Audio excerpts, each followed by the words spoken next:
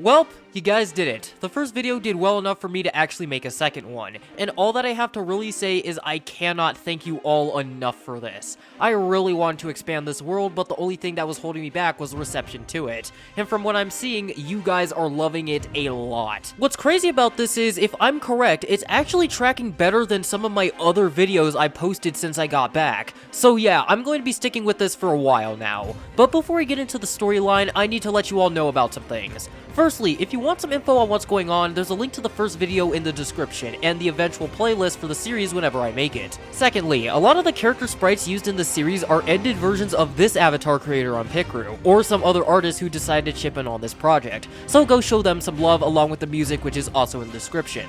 And thirdly, this series doesn't have a concrete script yet, so if you want to suggest some plot points or ideas, leave them in the comment section below. But without further ado, let's get into Chapter 1, Road to Woodboro.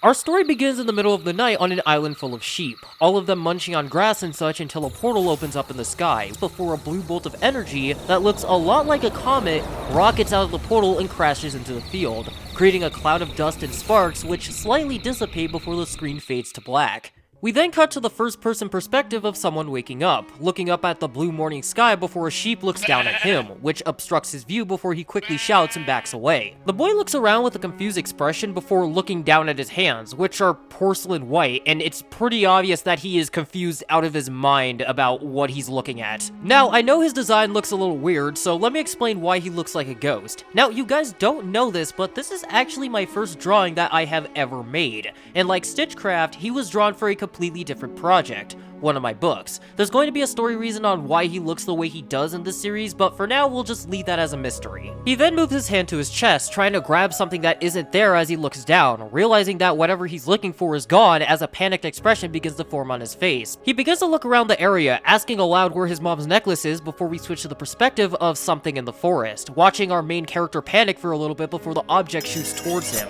the boy literally hitting the deck and ducking just to avoid it before our camera switches back to him, the boy looking up to see a traptanium sword embedded into the ground in front of him. He quickly rolls over and gets up before walking over to the blade, wondering aloud why it's as big as him now before grabbing the weapon and pulling it out the ground, looking at it before the scenery behind it catches his attention immediately, the boy resting his sword at his side as he looks out at the scenery of Skylands behind him, a softer motif of the Skylanders main theme playing in the background as he looks out into the unending clouds and islands. He marvels at the view, saying how beautiful it looks before he hears a snap behind him, his head shooting up before he looks back into the forest and scans the dense branches before sighing and telling himself that there's only one other place to go before walking towards the forest, the level starting from there. You start in the field before the boy says he'll take the path through the forest and see where it leads him, which kinda indicates to the player to go through there, and while you're moving through the dense forest, which somewhat resembles the forest from Ori and the Will of the Wisps in design, a few things are gonna happen. Firstly, you're stuck to only one attack, a slow swing. Yeah, I know it's boring, but you're only gonna be stuck with it for a little bit, and it's supposed to show off how inexperienced he is with his sword. Also, when he picks up his first coin or piece of treasure, he asks himself if he should really be picking these up before telling himself that whoever needed them wouldn't have left them lying on the floor, so he should grab as many as he could find, just in case if he runs into a town or something. As you go through the level, which is more of a platforming focus level compared to the first one I talked about in the last video, his main foes are going to be Chompies and Chompy Pods, something really easy before you eventually end up on a straight path leading to a large field where a cutscene begins to play. It starts out with him walking into the clearing before he hears some rufflings from the trees in front of him, the boy drawing his sword before a large robot walks out the forest, clearly showing signs of distress. As the boy watches, he tilts his sword down, slowly approaching the robot before it begins to pull its claws down the tree, creating large gashes within it before it stomps forwards and screams into the sky angrily. This is all to semi-justify what's about to happen. The boy brings his sword back up as the robot stops, and seconds later, the robot just stares at him, and then it abruptly cuts back to gameplay where the robot begins to approach you. And this is where you can do one of two things: fight the robot, or not do anything. If you don't do anything, the robot will seem to recognize you and gladly remark that you're finally here before moving on to the next scene. But if you do fight the robot, it will start a boss fight that you will lose. With the amount of stuff that you have at the moment, aka jumping and a measly attack that can barely do anything, you're just gonna get rocked regardless. But while those two are trading blows, let's actually talk about the new guy we just encountered.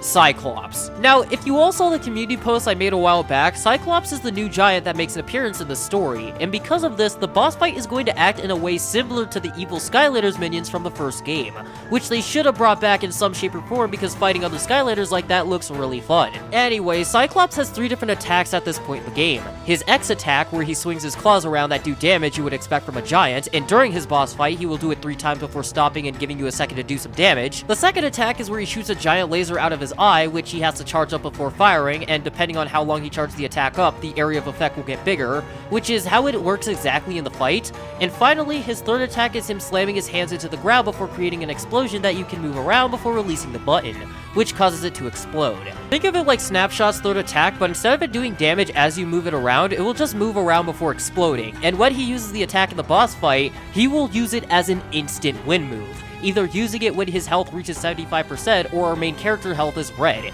And since I'm done calling him the main character or the boy, I'm just gonna tell you his name now. It's Kino. Yes, I know it's named after the Call of Duty map from 2010, but I like the ring to it and it doesn't look like it's a slur from anywhere, so I'm gonna use it and you can't stop me. Anyways, when Cyclops uses the attack in the boss fight, he angrily shouts enough before using the attack, which immediately bolts at the player at 3 times its normal speed before doing 999 damage and knocking Kino into the sky. The main point of that whole display is to not only show the strength of a giant to a potentially new player, but it's also meant to scare the hell out of anyone playing through the segment for the first time. The second he's knocked into the air, a cutscene plays where we get to see Kino and his sword hit the ground, Cyclops approaching him only to stop in his tracks the second he sees Kino's sword, mumbling the word Traptanium under his breath before Kino tries to reach for his weapon, only for Cyclops to call out to him and tell him that he doesn't want to fight. Kino sighs before getting up off the ground, Cyclops apologizing before Kino mumbles under his breath that he should be the one apologizing, and this is where the diverging paths come back together. Cyclops tells Kino that he's glad he's there now and that they need to hurry to Woodboro, Cyclops turning and making his way back towards the forest while Kino asks him what the heck he's even talking about, Cyclops responding by saying, "Didn't you get the message? We need to get there before someone gets hurt." Kino asks why he should do that, which obviously hits a nerve with Cyclops before he turns back and shouts that Kino is a Skylander, that's what he's supposed to do, help people. Kino snaps back by saying that he isn't a Skylander, that he doesn't even know what that is before Cyclops immediately starts pressing him on where he got the Traptanium weapon. And at this point, this is where Kino kinda just snaps. He furiously screams back that he was just dropped out of the sky hours ago and that he has no idea where or when he is, and that he just wants to get home as quickly as possible, and that he doesn't need a bunch of wires demanding where he got his last memory of his mother from. The two go silent for a little bit, glaring at each other before Kino breaks first, turning away from Cyclops with an angry yet upset expression plastered across his face. Cyclops at this point tries to reach out to him before hesitating and pulling his hand back, resting it at his side before speaking and saying that, "Hey, look, I know you are lost, I know you're angry, I know you're a little scared and you just want to go home right now, but there's a lot of good people's lives in my hand right now, and you're the only person I can turn to right now that can help me. Please, I just need your help." Kino looks down at the floor in front of him, contemplating to himself before walking forward without saying a word, the giant's arms slumping before Kino yanks his sword out of the dirt and turns around, saying that'll help, but in exchange, Cyclops is going to get him home. Cyclops agrees, asking him how well he can swing his sword, only for Kino to respond, not well, and in response, Cyclops tells him not to worry since he knows someone who can help with that, and the two walk off into the forest together, the screen once again fading to black. The game then drops you into a dense forest on a straight path, and after you walk forwards a bit, you are thrust into another cutscene where Cyclops introduces you to a fairy that isn't Persephone, but instead, the fairy that you are introduced to is Calliope. Now, if you don't know who Calliope is, she's actually a character from the Skylanders comics, specifically the Return of the Dragon King series, where she stole the powers of Cinder, Spyro, and Hex. A lot of stuff happens, but all you need to know for now is that she eventually becomes a good guy, and her story kinda just ends there. But personally, I thought it would be a waste of a character, so I decided to use her here. Anyways, Cyclops introduces the two, and it basically ends up becoming a tutorial for upgrades, where you not only upgrade Kino to his basic 2 attacks, his basic swing, which is now much faster, and his lightning attack, which works almost exactly like the Force Lightning in the Force Unleashed games, and yes, we will eventually get all the combos as well later involving that attack, but you also get to choose Cyclops' ability tree and unlock the first one. Well, technically story-wise, Kino picks for him, objecting at first before Cyclops explains that he could just reset it if he doesn't like it, and you can either pick his magnetic pulse path, which causes his third attack to create a pulse that damages enemies as you move it around, or his gazing eye path, which allows him to continuously fire his laser by mashing the B button. Once you're done, another in-game cutscene plays where Kino is practicing his new moves, saying to himself that his sword feels weightless while Cyclops talks to Calliope, telling her to stay here until the other Skylanders arrive, and just before he goes, she stops him and says that she needs to tell him something. He responds by asking what's up, only for her to tell him that something felt off about Kino, almost like he wasn't from Skylands. The two going silent for a moment before she tries to ask him something, only for Cyclops to cut her off, telling her that it's best that they don't get their hopes up before saying that they'll be back shortly. Calliope telling him to come back safe, and Cyclops saying that he will before he and Kino head off and gameplay resumes. Kino and Cyclops then reach a super bounce pad that's covered by a boulder. Cyclops saying that he'll move it, and once the player switches to him and does so, the two use it. Kino asks if it's exactly safe to be using the bounce pad, and Cyclops responds that it's going to be completely fine. He just needs to make sure that he lands on his feet. And before Kino can ask what that means, the two are both launched off towards Woodboro. Kino freaking out as they soar through the sky for quite a while before landing near Woodboro's gates, which is exactly the same as it is in SWAT Force. There's just a metric ton of fire and fighting this time around. You get to see Fox soldiers trying to fend off the waves of Cyclopses and Greebles while people evacuate the town, either through sky vehicles or the birds. And during this, you get to run into the Greeble screwballs. And as a help for new players, if you're playing a Cyclops and take damage from the screwballs, Kino will shout over to him to tag out because he's smaller and he's a little faster. Anyways, after you enter Woodboro through the gate and enter the main hub area, you're greeted by Tuck standing at the top of the stairway to your left on a barricade made of wood. And for visualization and level reasons, the fountain is filled with debris that you can walk on top of. Anyway, Cyclops asks how the evacuation is going, and he responds that almost everyone is out. They just need a little more time, and this is where the first defense challenge starts. Simply put, Greebles and Cyclopses are going to be rushing from the left side of the map to the right, and you have to stop them from destroying the barricade. And once you do so, a cutscene will begin to roll where you get to see Kino and Cyclops reunite amidst the carnage. And after the two confirm that they're alright, they suddenly hear stomping noises quickly approach them, only to see this thing marching down the stairs towards them. And to make things a little clearer, this thing is twice the size of the giants. So yeah, it's pretty big. Kino immediately asks what that thing is, and Cyclops quickly responds back that he doesn't know before it picks up its pace and raises its front legs into the air before slamming them down, creating a shockwave that knocks the two back. The two quickly recover before Kino declares that it's their problem now before drawing his sword and charging forwards. The boss fight starting a moment later as we get its name from the announcer: the Tyrant. Now, I need to quickly break this fight down because this isn't a normal boss fight. Instead of having the normal health bar, the Tyrant's health bar is actually split into 3 segments with 2 health bars. A silver one that represents the leg you damage and the boss's health behind it. And from that information alone, I'm pretty sure a lot of you know where I'm about to go with this. Now, the main goal of this fight is to do damage to its legs until you get rid of that health bar, which will cause it to drop to the floor so you can attack the main body. The main way it will protect itself is by creating those shockwaves and sliding its legs across the floor that you have to jump over to dodge, and if you're hit, it's going to knock you back. For the second phase of the fight, it will begin to use its third attack, which fires lasers up into the sky that you have to dodge before they come back down. TLDR, that one attack from Tyrant and Angry Birds Transformers. But once you complete the process of damaging its legs and draining 2 of its health bars completely, you will trigger the optional QTE. Now, how you know you triggered one is when the D-pad button your character is currently on begins to glow brightly, and when you press it, it will start the QuickTime event, and it would usually have an audio cue from one of the characters when it's ready.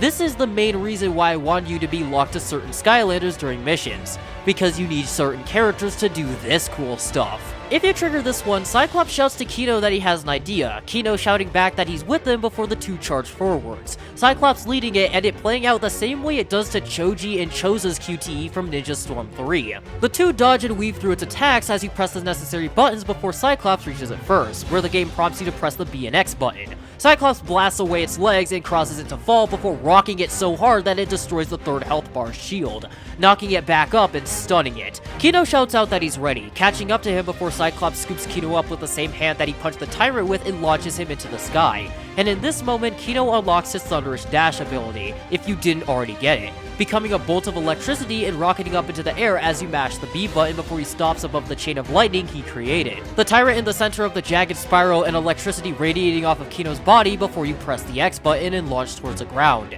hitting it in the back of the head with the flat side of his blade before Kino lands, the Tyrant stumbling around as an autogyro spins around his head like a star before it falls on his face. And FYI, you get the same outcome if you decide not to trigger the QTE. And that's pretty much where the level ends. After the star screens, you get a cutscene of Kino and Cyclops, the two clearly worn out and exhausted before they start laughing. Cyclops telling him that he was awesome before saying that he should really give being a Skylander a shot.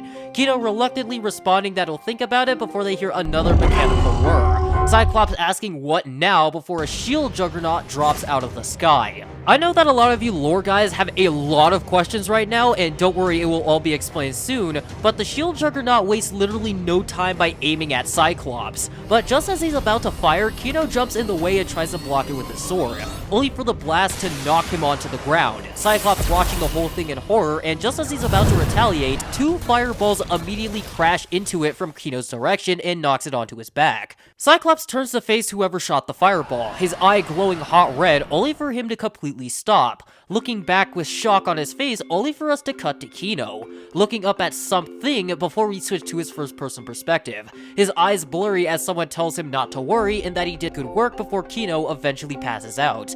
And this is where I'm forced to stop for today, because this video script alone is longer than the first by like 2 pages, and if I added any more detail, it would have been twice as long. But with all of that said and done, I think this is where I'm going to end things off for today. Like always, hit the subscribe button if you enjoy content like this, share this around so I can grow as a channel, leave some comments down below to not only make the algorithm happy, but suggest some ideas for the next Return to Skylands episodes, and I will see you all in the next one.